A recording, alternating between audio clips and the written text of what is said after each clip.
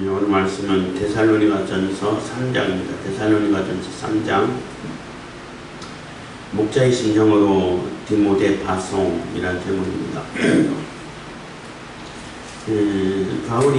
사도 바울이 데살로니가에서 저기도 한 3주 정도만 있다가 쫓겨가지고 또 이렇게 도망가게 됐는데, 떠나게 됐는데, 그 3주밖에 안 되는 짧은 기간에 복음을 전했기 때문에 너무나 마음이 불안하고 염려가 이렇게 되는 겁니다. 그래서 여러 번 이렇게 가려고 시도를 했지만은 번번이 못 가게 되고, 막히게 되고, 또 떠나올 때 야손에게 다시는 바울 일행은 여기 데살로니가로 돌아오지 않겠다고 약속을 그렇게 하고 왔기 때문에 잘못 간 것이 이게 발각이 되게 되면은 또 야손에게 큰 해가 있을 수도 있기 때문에 못 갔고, 또 몰래 가려고 해도 유대인들이 계속 지키고 따라다니고 괴롭히고 있기 때문에 갈 수가 없는 상황이라서, 그래서 도저히 이렇게 참다 못해서, 이것도 참다 못해서 이런 표현이 나오는데, 견디지 못해서 이 디모데를 파송하는 거예요. 그러니까 바울이 못 가니까 디모데를 파송해가지고 네가 가라, 네가 가서 살펴보고 또 믿음이 흔들리지 않도록 교훈하고 또 해라, 그 상황을 살펴보고 와라 하고 파송을 한 겁니다. 그래서 디모데를 파송하고 디모데가 가서 데살로니가 성도들과 이렇게 같이 교제를 하고 가서 상황을 살펴보고 돌아와서 바울에게 다시 보고를 하는 거죠.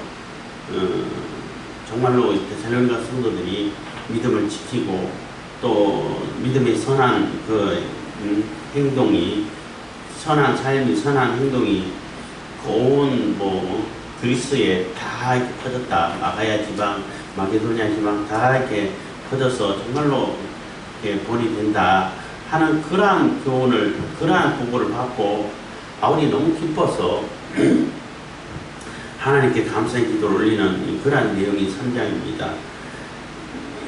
물론 이렇게 데살로니가 성도들이 그 삶이 너무나 모범적인 삶이고 본이 되는 삶이지만은 그 종말론에 대해서 조금 오해가 되고 인식이 잘 온전치 못한, 바르지 못한 그러한 상황을 이렇게 또 이렇게 설명해 주기 위해서 쓰고 있는 것입니다. 그래서 3장에서는 이렇게 디모데가 파송되는 이유를 얘기하고, 또 디모데가 돌아와서 그 보고를 한 다음에 너무나 기쁜 나머지 기쁨을 표현하고 하나님께 감사의 기도를 올리는 그러한 내용입니다. 3장 1절입니다. 이러므로 우리가 참다 못하여 우리만 아덴에 머물기를 좋게 여겨. 그래서 우리가 이 참다 못하여 라는 얘기는 아까도 좀 전에 말씀드렸지만은 여러 번 데살로니가를 다시 방문하고 하려고 했고 하고 싶었던 거예요. 그래서 이렇게 저렇게 하다가 결국은 그 방법을 찾지 못하고 고민하다가 디모데를 이렇게 파송하는 겁니다. 디모데는 바울이 굉장히 신뢰하고 바울이 이렇게 키웠다고 말할 수 있는, 그러니까 내가 낳았다라고 이렇게 표현까지 쓰는데, 낳은 아들이다 이런 표현까지 쓰는데, 굉장히 바울이 신뢰하는 그러한 동역자라고 말할 수 있습니다. 그래서 디모데를 이렇게 긴급히 파송하게 된 것입니다. 2절, 우리 형제 곧 그리스도의 복음의 하나님의 일꾼인 디모데를 보내노니 이는 너희를 굳게 하고 너희 믿음에 대하여 위로함으로. 그래서 우리 형제고 그리스도의 복음의 하나님의 일꾼이고, 복음의 일꾼이고 하나님의 일꾼이고 그래서 누구보다도 신뢰하고 누구보다도 믿을 수 있는 신실한 그 디모데를 보낸다는 거예요. 아테네를 얘기하는 거죠. 아테네를 얘기하는데, 아테네는 철학의 도시라고 말할 수 있어요. 그러니까 거기에는 철학의 도시라고 말할 정도로 철학이 발달되어 있다 보니까 이게 뭐 수사학이라든지 이 뭐 말하는 것, 이론 뭐 이런 것이 매우 발달돼서 그 이론이라든지 철학적인 그런 그 상황이 아니라면은 사람들이 잘 받아들이지를 않아요. 그래서 아덴에 가가지고 사도행전을 보면은 바울이 아덴에 가서 전도할 때에 쭉 둘러보다가 만신전에 들어가가지고 둘러보다가 알지 못하는 신에게 하는 그러한 경우도 봤어요. 그게 무슨 얘기냐면은 그 아테네 사람들은 워낙 이렇게 또 이렇게 종교성도 많고 하다 보니까 각자 신들이 있어갖고 신에게 이렇게 제물을 드리고 예배를 드려야 되는데 자기들이 알지 못하는 신이 있어가지고 혹 못 빠지고 빠뜨리게 되면은 그 신이 노해가지고 해를 가면 어떡하냐는 거예요. 그래서 다 알지 못하지만은 그래도 알지 못하는 신이 있기 때문에 그 신에게 이렇게 예물도 드리고 제물도 드리고 기도도 한다 하는 그런 빈말이 있었어요. 그 정도로 그래서 이제 바울이 그거를 보고 너희들이 알지 못하는 신이 어떤 신인지 가르쳐 주겠다 하고 하나님 천지창조하신 하나님부터 쫙 설명해가지고 부활하신 예수님까지 설명하고 있는데 그 얘기를 듣고 아테네 사람들이 참 신기하다 저런 얘기를 다 하냐 뭐 희한하다 이렇게 해가지고 그 조롱하는 사람도 있고 참 신기하지만 한번 다시 들어보고 싶어 하는 사람도 있고 해서 이제 전도하는 모습 보는데 뭐 전도 다른 데에 비하면 완전히 실패한 전도 여행이라고 볼 수 있는 거죠. 그래서 그 다음부터는 바울이 다시는 내가 이렇게 세상 학문을 배설물로 여기겠다 하고 다짐하는 계기가 됐다고 볼 수도 있어요. 세상 학문 그거 세상 철학 아무것도 아니구나. 저렇게 사람들을 그 하나의 복음으로 인도하는데 오히려 방해되는 요소가 충분히 되겠구나. 물론 뭐 도움되는 경우도 있겠지만 방해되는 경우들이 훨씬 더 많겠죠. 많다라고 볼 수밖에 없어요. 그래서 다른 학문이 많은 사람들은 교만해가지고 잘 복음을 안 받아들이려고 하는데 어쨌든 그 아덴의 철학의 도시다 보니까 한 사람이라도 더 이렇게 협력해가지고 같이 변론을 하고 복음을 전하고 복음에 대해서 정당성을 얘기하고 하나님께서 어떻게 계획하셨는지 이렇게 뭐 일반 계시, 특별 계시 뭐 이런 얘기도 할 수 있지만은 서로 이렇게 협력해가지고 할 수 있는 그런 상황을 만들어도 이렇게 좀 부족할 텐데 바울은 어쨌든 간에 그거보다는 데살로니가 성도들이 더 중요하기 때문에 그래서 디모데를 파송하는 것입니다. 그래서 파송하는 이유는 이는 너희를 굳게하고 너희 굳게한다는 얘기는 믿음을 마음을 이렇게 튼튼하게 한다는 거예요.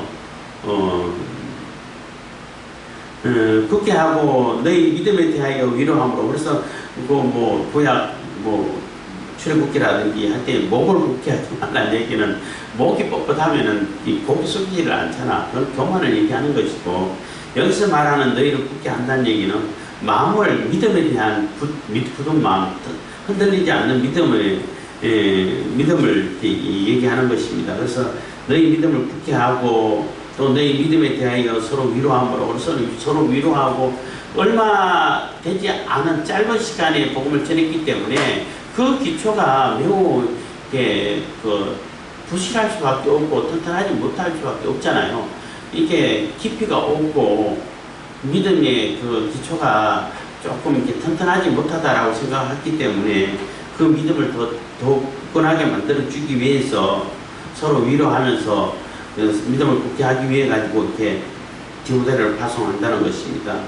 3절 누구든지 이 여러 환난 중에 유독치 않게 하려 함이라. 그래서 누구든지 그러니까 데살로니가 성도들 어떤 성도들 한 사람이라도 이 그 혼란 가운데 어려운 가운데 어쨌든 세상 가운데 이렇게 믿음이 흔들리지 않게끔 하기 위해서 보낸다는 것이죠.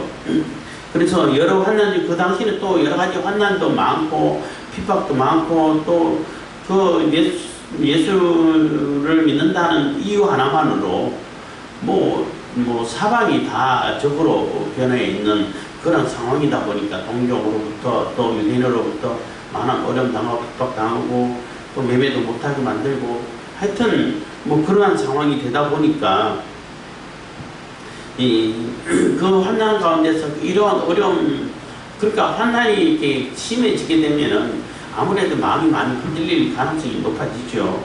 그래서 그러한 가능성이 있기 때문에 흔들리지 않게끔 하기 위해서 보낸다는 것입니다.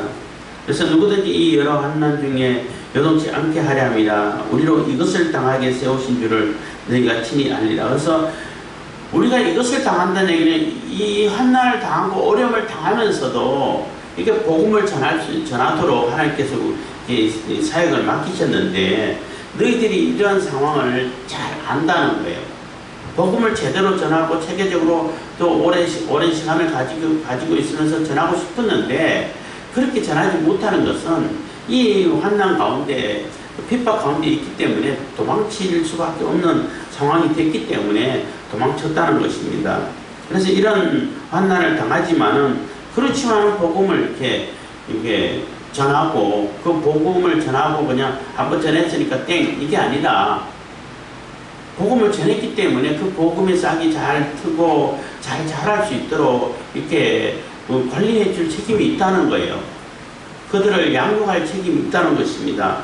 그래서 그 믿음의 사역을 할 수 있고 복음의 사역을 하게끔 또 믿음이 잘 자랄 수 있도록 이렇게 목회를 할 수 있도록 우리를 세우셨기 때문에 그렇기 때문에 디모데를 급하게 파송해서 이렇게 너희들 믿음을 굳게 하려고 한다 하는 얘기가 되는 것입니다.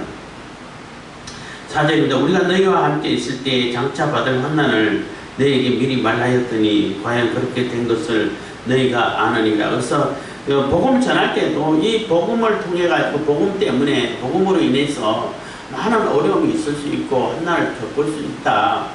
특히 그 시대는 로마 시대고 핍박을 당하던 시대이기 때문에 그리고 뭐 바울 이후에는 더 심한 핍박이 다가오죠. 닥쳐오는데 어쨌든 이러한 환난이 너희들에게 있을 것이니까 그러한 환난이 온다고 할지라도 믿음을 이렇게 배반하고 믿음에 대한 그 신뢰가 흔들려서는 안 된다. 복음에 대한 믿음이 흔들려서는 안 된다라고 이렇게 가르쳤다는 것입니다. 그랬는데 지금 그 말대로 지금 어려움이 닥쳐오고 환난이 다가오고 했다는 것입니다. 그것을 너희들이 그대로 다 아는 상황이라는 거죠.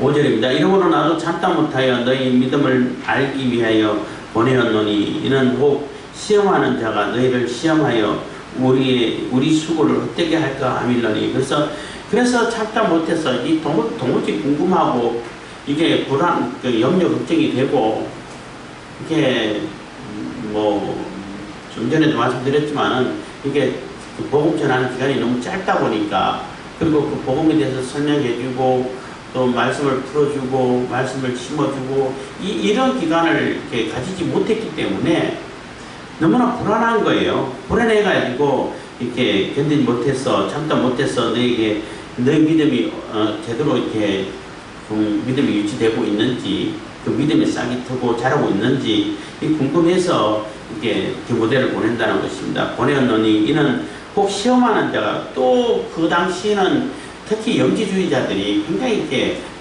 활동하던 시대이기 때문에 영지주의자들이 굉장히 이렇게 잘못된 것은 그들은 육신하고 영적인 것하고 분리를 해가지고 영적인 지식, 그러니까 하나님 자기 나름대로 깨달음이 있으면은 그 무조건 공부받으니까 육신은 이제 뭐 영의 감옥이다. 육신은 어차피 버려지는 것이다. 더러운 것이다.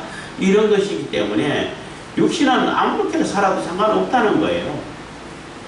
뭐 영적인 깨달음만 있으면은 뭐 육신은 아무 상관이 없기 때문에 네 마음대로 살아라. 이렇게 가르치다 보니까 굉장히 성도들이 이렇게 그 이단의 영지주의에 빠지기 쉽다는 거예요. 왜냐하면은 너무나 좋잖아요. 편하잖아요. 나 예수 믿어. 이렇게 말만 하면은 다 이미 구원됐으니까 내 마음대로 살아도 아무 상관없어. 이렇게 얼마나 편해. 그러다 보니까 사람들이 자꾸 이렇게 그 이단 사상에 빠져 넘어가게 된다는 거예요. 뭐 영지주의 하면 구원파 얘기를 자주 꼭 하게 되는데, 공파도 마찬가지죠. 그렇지만 그게 아니라는 거죠. 그래서 그러한 시험에 넘어갈까 싶어서, 혹시 그때 그 영지주의가 극성을 부리고 있었던 시대이기 때문에 그 영지주의자들이 또 다른 뭐 시험하는 자들이 와가지고 너희들이 살살살 부슬려서 너희들 예수 믿어, 그래 믿어, 그리고 사는 데는 아무 상관없으니까 이렇게 네 즐기고 싶은 대로, 또 뭐 핍박하면 굳이 핍박 당할 필요가 뭐 있어. 그냥 마음으로 영적으로만 믿으면 되지. 겉으로는 믿지만은 아닌 채 하고, 그냥 또 거래도 하고, 우상하도 그거 겉으로만 하는 건데, 육신이 하는 건데 뭐 상관이 있어. 이렇게 해가지고 자꾸 꼬여내가지고 편한 삶, 세상하고 타협해가지고 우상 숭배에 빠지게 만들고, 하나님의 복음에서 떠나게 만들고, 복음을 왜곡시키고, 이런 그 사상이 이렇게 유행되고 있기 때문에, 이렇게 설치고 다니고 있기 때문에, 혹시 그러한 시험에 빠져가지고 그 시험에 넘어갈까, 그렇게 시험에 넘어가서 그렇게 빠져 살게 되게 되면은 복음 전하는 것이 아무런 의미가 없어져 버린다는 얘기예요. 너무나 헛수고하는 것밖에 안 된다는 거죠. 물론 짧은 3주밖에 안 되지만은, 그래도 그 수고가 어떻게 되면은 안 되기 때문에 디모데를 파송한다는 것입니다. 6절입니다. 지금은 디모데가 너희에게로부터 와서 너희 믿음과 사랑의 기쁜 소식을 우리에게 전하고, 또 너희가 항상 우리를 잘 생각하여 우리가 너희를 간절히 보고자 함과 같이 너희도 우리를 간절히 보고자 한다 하니. 그래서 디모데를 파송했는데, 디모데가 가서 데살로니가 성도들을 살펴보고 하니까 너무나 이렇게 반듯한 믿음을 가지고 있고, 믿음의 흔들림이 없고, 그러한 이단 사상 유혹에 빠지지 않고, 그런 어려움 당하고, 같은 동족으로부터 어려움 당하고 핍박을 당해도 굳이 믿음을 지키고, 그동안 과거에 있었던 그런 그 죄된 또 우상에 빠진 그런 삶을 다 청산하고, 정말로 복음의 신실한 삶을 살고, 그래서 온 그 그리스 지역 다 전체에도 소문을 날 정도로, 본이 될 정도로 이렇게 반듯한 생활을 하고, 올바른 생활을 하는 그 상황을 보고 디모데가 또 이렇게 기쁜 마음으로 돌아와서 보고를 한 거예요. 그래서 보고를 받고 이렇게 막 이 펜을 들고 이렇게 편지를 쓴다라고 보시면 되는 겁니다. 그래서 지금은 디모데가 너희에게로부터 와서, 그러니까 디모데가 돌아왔다는 얘기죠. 너희 믿음과 사랑의 기쁜 소식을, 그래서 믿음이 어떠한지, 그 사랑의 수고를 어떻게 나누고 있는지, 그 기쁜 소식을 우리에게 전하고, 너희가 항상 우리를 잘 생각하여 우리가 너희를 간절히 보고자 함과 같이 너희도 우리를 간절히 보고자 한다 하니. 그래서 우리가 데살로니가로 돌아가가지고 빨리 또 보고 싶고, 다시 또 이렇게 같이 믿음을 나누고, 또 이렇게 은혜를 나누고 이러고 싶은 간절한 마음이 있었는데, 우리 마음처럼 너희들도 똑같이 바울의 일행이 만나고 싶어 하고 같이 만나고자 하는 그런 마음, 똑같은 마음이다라는 것을 보고받았다는 거예요. 그렇게 보고자 한다 하니 7절, 이러므로 형제들아, 우리가 모든 궁핍과 환난 가운데서 너희 믿음으로 말미암아 너희에게 위로를 받은노라. 그래서 이러므로 형제들아, 우리가 모든 궁핍과 환난 가운데서, 지금 어려운 가운데 있고 환난 가운데 있고 궁핍한 가운데 있고 핍박하고 도망다녀야 되고 괴롭힘을 당하고 이렇게 있는데, 그러한 가운데서 이렇게 쫓겨다니고 도망다니고 또 굶주리기도 하고 굶기도 하고 어려운 가운데 있어서 그래도 복음을 들고 다니고 복음을 전하고 다니는데, 그런 가운데서 너희 믿음으로 말미암아 너에게 위로를 받는다. 그래서 너희 그 믿음에 그 돈독함이 있고, 또 믿음에서 흔들림이 없고, 그대로 복음을 가지고 복음을 받아들이고 그 믿음에 흔들림이 없고 있다. 그래서 정말로 많은 사람들이 본이 되는 그런 삶을 살고 있다라는 소식을 들으니까 너무나 큰 위로가 된다는 거예요.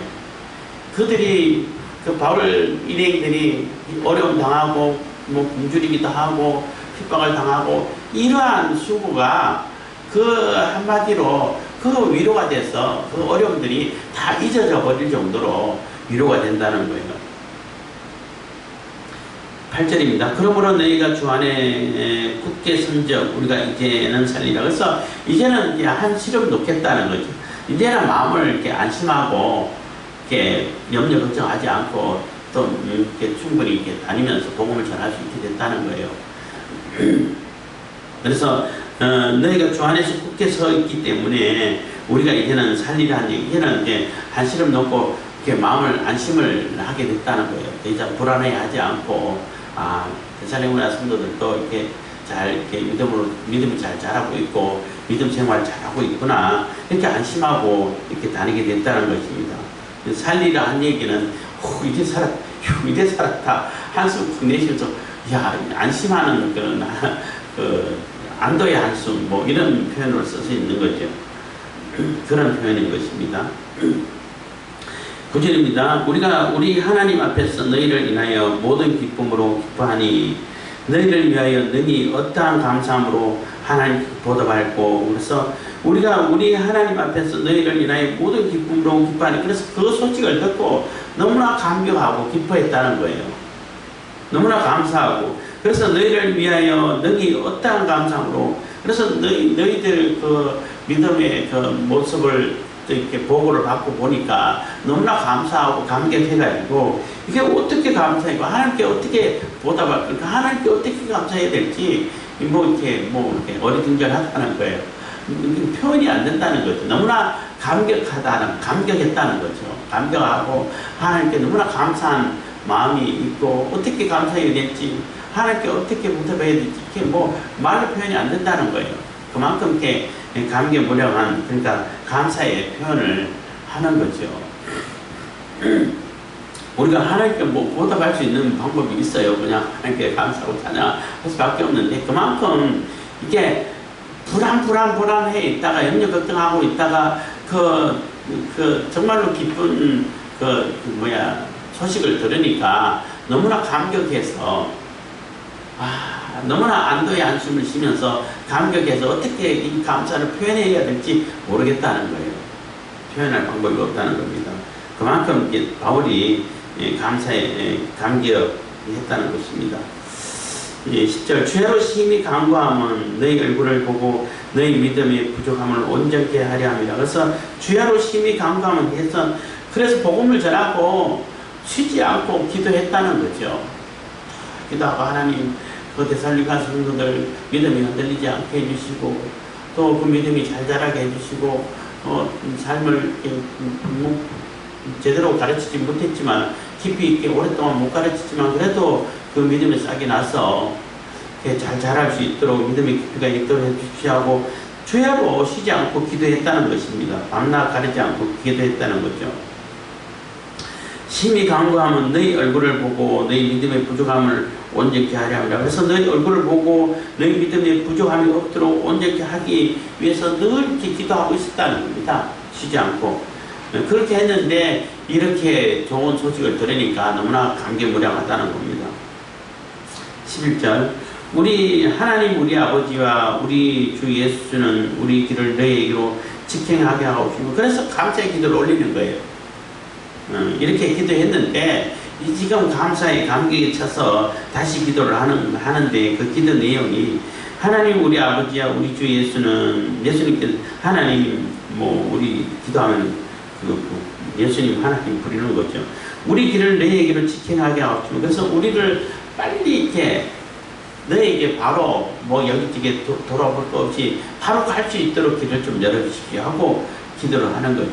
물론 가고 싶었는데 못 가서 길이 막혀서 못 가가지고 디모데를 파송했지만은 지금이라도 빨리 길을 열어주셔서 직행한다는 얘기는 딴 데 돌아볼 것도 없이 바로 이렇게 갈 수 있도록 길을 좀 열어주십시오 하고 기도하는 겁니다. 간구를 하는 거죠.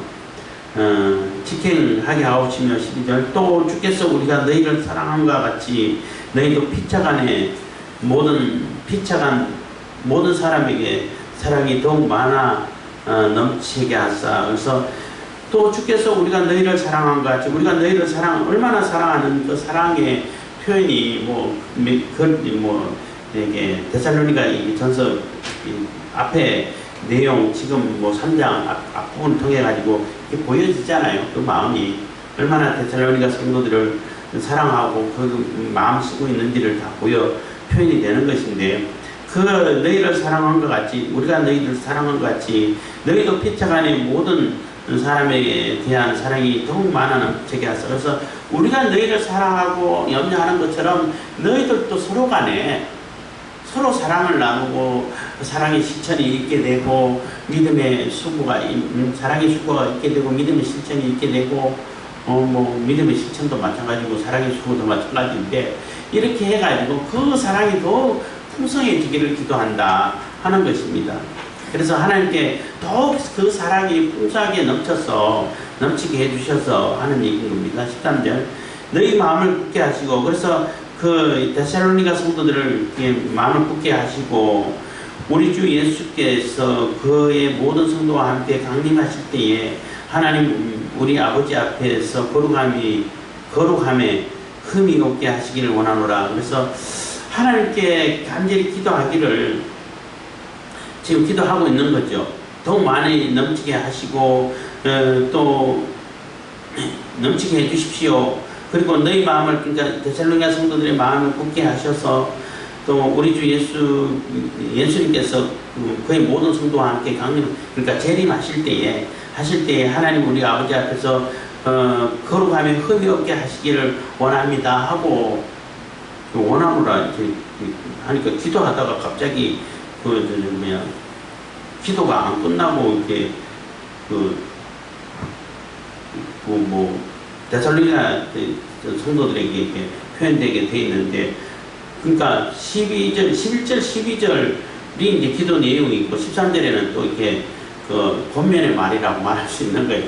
보는 걸 조금 기도를 끝맺어 놓고 이렇게 해야 될 것 같은데, 어쨌든 막 혼돈이 되는데, 어쨌든 사람들에게 사랑이 더 많아지기를 원합니다 하고 기도를 하고, 데살로니가 성도들에게 너희 마음을 굳게 하시고, 이것도 기도 내용이라고 볼 수 있는데, 그러니까 그렇게 기도했다는 것이죠. 이제 문장이 조금 잘 이렇게 매끄럽지 못한 것 같은데, 그래서 하나님께 간절히 기도하면서 또 너희들에게 성도들에게 이렇게 기도했다, 그리고 권면을 하는 얘기라고 볼 수 있는 겁니다. 너희 마음을 굳게 하시고 우리 주 예수께서 그의 모든 성도와 함께 강림하실 때, 그래서 그 마음을 굳게 해서, 그러니까 믿음이 흔들리지 않고 끝까지 그 믿음을 잘 지켜봤어. 예수님께서 다시 오실 때에 그 하나님 앞에서 그 우리의 거룩함, 우리의 구별되고 믿음의 거룩한 그런 그 성도들의 그 믿음이, 거룩한 믿음, 그러니까 구별된 믿음이 흠이 없도록 하나님 보실 때 기뻐하고 충분히 하나님 앞에 나아갈 수 있도록 이렇게 되기를 간절히 원합니다 하고 기도를 하는 것입니다. 그래서 흠이 없게 하기를 원하노라 한 얘기, 기도 내용하고 이렇게 성도들하고 성도들에게 권면하는 내용하고 이렇게 막 저렇게 짝꿍되어 있다라고 이렇게 섞여 있다라고 말할 수 있는데, 어쨌든 바울은 이렇게 너무나 감격해서 지금 기도하다가 또 고민하다가 이것도 구분이 안 될 정도로 감격했다는 거예요. 그만큼 데살로니가 성도들이 믿음을 지키고 있고 믿음의 선한 행동을 하고 삶을 살고, 그 믿음의 삶이 살아서 온 그 그리스 지역 다 이렇게 그 소문이 다 퍼지고 한 것이 너무나 감격스럽고 감사해서 하나님께 기도하다가 또 잊어버리고 본면까지 막 섞어가서 하는 이런 모습을 보이는 거예요. 그래서 성도들이 믿음을 지키고 그 믿음의 신실한 삶을 살고 사랑의 수고로 서로 나누고 하나님에 대한 소망을 가지고 있고, 이런 것이 얼마나 귀하냐는 거예요. 목회자들이 가장 이렇게 보람을 느끼고 긍지를 느끼고 또 이렇게 그래도 내가 그래도 이게 헛수고하지 않았구나 라는 것을 느낄 때는, 그런 믿음이 자라고 있는 것을 볼 때에, 믿음의 삶을 살고 있는 것을 볼 때에 그게 최고의 좋은 거예요. 돈이 많냐, 뭐 사회가 많냐, 적냐, 이거는 부차적인 거예요. 그거는. 그래서 믿음이 조금이라도 잘하고 있으면은 말씀을 듣고 말씀에 그 듣는 귀가 있어서 듣는 귀도 있어야 들어요. 똑같은 얘기인데도 아무리 얘기해도 못 알아듣고 안 듣는 사람이 있는가 하면은 똑같은 얘기를 똑같은 방식으로 했는데도 불구하고 똑같은 수준으로 설명을 했는데도 불구하고 잘 알아듣고 금방금방 이해하고 받아들일 사람이 있어요. 그 사람들이 지적인 수준이 달라서 물론 지적인 수준이 다를 수도 있지만 듣는 귀가 없어서 그래요. 들으려고 하지 않았기 때문에 안 들리는 거예요. 그러니까 전혀 알아듣지 못하는 그런 말로 전했다 그러면은 문제가 있겠지만은 충분히 알아들을 수 있도록 잘 풀어서 설명했는데 듣는 사람이 있고 안 듣는 사람이 있다는 거죠. 그래서 듣는 귀가 있어야 되는데 어쨌든 듣는 귀가 있어서 그 마음을 열고 복음을 받아들이고 복음에 대한 그러한 믿음이 생기고 그 믿음이 자라고 그래서 믿음의 삶을 온전히 살아가는 그런 모습 볼 때에 그때 의미가 있고 보람이 있어지는 거죠. 그래서 성도들의 많은 성도들이든 적은 성도들이든 상관없이 믿음이 자라고 있냐 없냐가 중요한 겁니다. 그래서 한두 명이라도 믿음이 제대로 자라고 있으면은 그게 참 의미가 있는 거예요. 근데 믿음하고는 상관없이 어떻게 하면은 종교를 이용해서 교회를 이용해서 돈 벌까 내 욕심을 챙길까 정치적인 목적을 채울까 이런 사람만 보게 되면은 참 허망하죠. 허망하죠. 그것처럼 이 바울이 어쨌든 도망 다니면서 어려움 당하면서 이 복음을 전하고 있는데 데살로니가에 대한 소식을 들으니까 너무나 감사하고 기뻐서 지금 기도를 하고 있는지 성도들에게 데살로니가 성도들에게 권면하고 있는지 그것이 혼동될 정도로 이렇게 감사하고 감격하고 있다는 것입니다. 기도하겠습니다. 사랑해 주신 감사합니다. 이 시간에